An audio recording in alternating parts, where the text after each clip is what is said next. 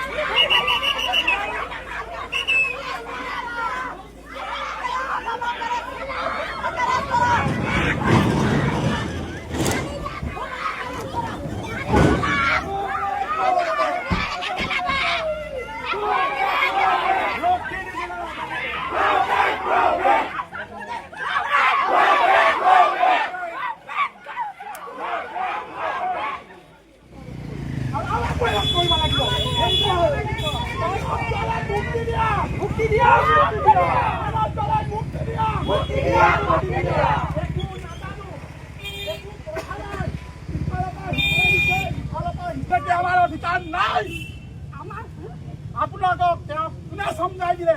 তেওঁ ৰাইজৰ প্ৰতিনিধি, ৰাইজৰ প্ৰতিনিধিত্ব কৰে। প্ৰত্যেকটো ক্ষেত্ৰত ৰাতিপুৱাৰ পৰা গধূলা ৰাতি 12টালৈকে ৰাইজৰ হৈ মাত মাতে।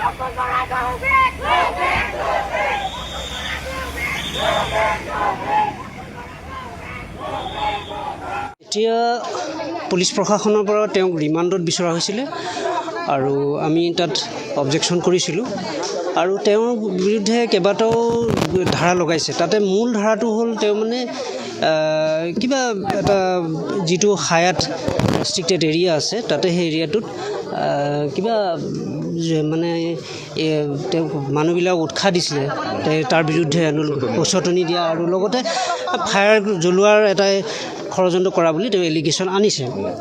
তো এতিয়া গোটেই কথাখিনি শুনি আমি আদালতত হিয়াৰিং কৰা হ'ল আৰু এই ভিত্তিত তেখেতক জিম্মাত দিছে যদিও তেওঁ প্ৰতিদিনে যিটো মেডিকেল বা এইখিনিত কোনো ধৰণৰ পুলিচ টৰ্চাৰ এইখিনি 7 days পুলিচ ৰিমাণ্ড দিবৰ ব্যৱস্থা কৰা হৈছে আৰু বাকীখিনি বেল হিয়াৰিঙৰ সময়ত হ'ব। আৰু এতিয়া ইনিচিয়েল ষ্টেজ কাৰণে তেওঁক দিয়া হৈছে। পুলিচে বিচাৰিছে যে তেওঁক আমি কিছুমান তদন্তৰ কাৰণে প্ৰয়োজন আছে, এইখিনি দিয়া হৈছে। বাকী দেখা যায় কেছ ডায়েৰী অহাৰ পিছত আমি ডিটেইল বস্তুখিনি গম পাম।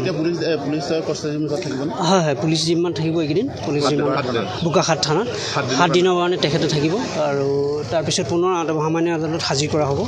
এইখিনি ইয়াতে এটা কেইটামান নন বেলেবল ছেকশ্যন আছে। এইটো মূল ছেকশ্যনটো হ'ল তেওঁ যিটো আপোনাৰ পুলিচৰ যিটো এলিগেশ্যন আছে তাতে দেখাইছে যে তেওঁলোকে তাত যিটো হায়াতৰ প্ৰজেক্ট চলি আছে এই প্ৰজেক্টটোত তেওঁলোকে কিবা কেৰাচিন লৈ বা জ্বলাই দিয়াৰ এটা ষড়যন্ত্ৰ বুলি পোৱা বুলি কথা কৈছে। কিমানখিনি সত্য সেইটো আফটাৰ ইনকুৱাৰী বা সাক্ষী ষ্টেজত গম পোৱা হ'ব। আৰু এজ পাৰ প্ৰণৱ দলুৰ ষ্টেটমেণ্ট মতে তেওঁ মোক কোৱা মতে সেইখিনি ষড়যন্ত্ৰ তেওঁ এইখিনি ধৰণৰ কোনো ধৰণৰ কৰা নাই। যিহেতু হায়াত প্ৰজেক্টত তেওঁ বহুত দিনৰ পৰা ধৰি তাত যে উচ্ছেদ মান মাতি আছে, এইটো কাৰণে তেওঁক এইখিনিৰ পৰা আঁতৰাবৰ বাবে এইটো ষড়যন্ত্ৰ তেওঁক বিহাইণ্ড দ্য বাৰত অনা হৈছে বুলি তেওঁ যুক্তি গ্ৰহণ কৰিছে। চৰকাৰী ষড়যন্ত্ৰ বুলি হৈছে, হয় চৰকাৰী। যিহেতু আৰু এইখিনিও কথা যে তেওঁ যোৱা 2 বছৰ দুটাতো ইলেকশ্যনো খেলিছিলে, তাৰ বিৰুদ্ধেও হয়তো ষড়যন্ত্ৰ হ'ব পাৰে বুলি তেওঁ এইখিনি প্ৰকাশ কৰিছে। হয়, মানে আমি ক'ব খুজিম যে তেখেতে ইমান অন্যায় কাম কৰা নাছিল যে গুৱাহাটীত খেদি গৈ ধৰি একেবাৰে চোৰ ডকাইতৰ গোটেই গতিয়াই মেলি লৈ অহাটো প্ৰথমে আমি ধিক্কাৰ জনাইছোঁ এখন চৰকাৰক যে তেখেতসকলে যিটো কেছত ধাৰা লগাইছে সেইটো ধাৰাত আচলতে কেছ দিব পৰা মানে তেনেকুৱা একো কাম কৰা নাই প্ৰণৱ দলে। আৰু ইংলেপ পথাৰৰ যিটো ঘটনাক লৈ আচলতে কেছটো দিছে সেইটো আচলতে অন্যায়ভাৱে দিছে বুলি আমি পোনপ্ৰথমে কৈ আছোঁ। আৰু ইংলেপ পথাৰৰ ঘটনাটোত চৰকাৰেই জগৰীয়া, প্ৰশাসনেই জগৰীয়া। যিহেতু ইংলেপ পথাৰৰ মাটি এখন প্ৰাইভেট কোম্পানী হোটেল ৰিজৰ্ট বনাবৰ কাৰণে যিটো দখলৰ ছিষ্টেম কৰিছে, য'ত গৃহস্থই নিজেই নিজ ইচ্ছাৰে দিব খোজা নাই, জবৰদস্তি তেখেতসকলে পুলিচ ফ'ৰ্চ লগাই গুণ্ডা বাহিনী টাইপত পুলিচ ফ'ৰ্চ লগাই যিটো হাৰাশাস্তি দিয়াৰ চেষ্টা কৰিছে, সেই চেষ্টাটোত মাত্ৰ তেখেতসকলৰ পৰিয়ালৰ ভুক্তভোগী পৰিয়ালৰ হৈ মাত মতাৰ কাৰণে প্ৰণৱ দলেক যিটো ধাৰা লগাই এইটো এৰেষ্ট কৰাৰ প্ৰক্ৰিয়া কৰিছে সেইটো আচলতে বৰ আমাৰ জনতাৰ আচলতে নিৰাপত্তাহীনতা এটা মানে স্বাধীন এখন দেশত এটা কিবা গোলামী ঘটোৱা নিচিনা এটা স্বৈৰাচাৰী শাসনৰ তলত থকা নিচিনা অনুভৱ হৈছে। সেইটো কাৰণে আমি ধিক্কাৰ দিবলৈ ভাষা নাইকিয়া হৈ যোৱাৰ কাৰণে আমি ক্ষোভিত হৈছোঁ। যদিও আন্দোলন কৰিতো আন্দোলনৰ ভাষা বুজি নাপায়, তেনেকুৱা ধৰণৰ এটা চৰকাৰৰ স্বৈৰাচাৰীতা চলি আছে। তো সেইটো আমি নিন্দা কৰিছোঁ, গৰিহণা দিছোঁ আৰু অনীতিপলমে প্ৰণৱ দলেৰ মুক্তি আমি বিচাৰিছোঁ যে তেখেতে কোনো তেনেকুৱা অন্যায় কাম কৰা নাই বা অনীতি কাম কৰা নাই, যিটো কামত আচলতে প্ৰশাসনে তাক ধৰি বান্ধি নিবলগীয়া তেনেকুৱা ঘটনা। যিটো ফেমিলিয়ে মাটি দিব খোজা নাই তেখেতসকলৰ সমাধান চৰকাৰে কৰক, চৰকাৰে নিৰাপত্তা দিয়ক। জনতাই কিয় চৰকাৰ গঠন কৰে সেইটো চবেই জানে যে নিজৰ জনসাধাৰণৰ নিৰাপত্তা, নিজৰ শান্তি শৃংখলা বৰ্তাই ৰখাত চৰকাৰৰ ভূমিকা মেইন। আৰু সেইটো কাৰণে চৰকাৰ এখন গঠন কৰে। সেই শান্তি শৃংখলাটো বৰ্তাই ৰাখিব পৰা নাই। 2টা ফেমিলি 5টা ফেমিলি বুলি কৈ যিটো তুলনামূলক কথা আচলতে দ্বন্দ্বমূলক কথা সৃষ্টি কৰি আছে তেখেতলোকে কৰি আছে, যে সেই সমস্যাবোৰ সমাধান কৰাৰ দায়িত্ব তেখেতসকলে সমস্যা সমাধান নকৰাৰ কাৰণে প্ৰণৱ দলে নিচিনা মানুহে যে সেইটো আমাৰ জনতাৰ সেইটো শাস্তি আমি মানি লোৱা নহ'ব বুলি মাত এষাৰ তুলিছে। আৰু মাত খাৰ তোলাটোৱে অপৰাধ হ'ল নেকি? তেনেকুৱাতো আমিও মাত তুলিম। আমি এনেকুৱা 1000টা প্ৰণৱ দলে আছে, আমি মাত তুলিম। নিজৰ ভূমি খেতি মাটি আমি কিয় দিম এজন প্ৰাইভেট? আমি প্ৰণৱ দলে ন্যায় বিচাৰিছোঁ। প্ৰণৱ দলে অনতিপলমে মুক্তি দিয়ক।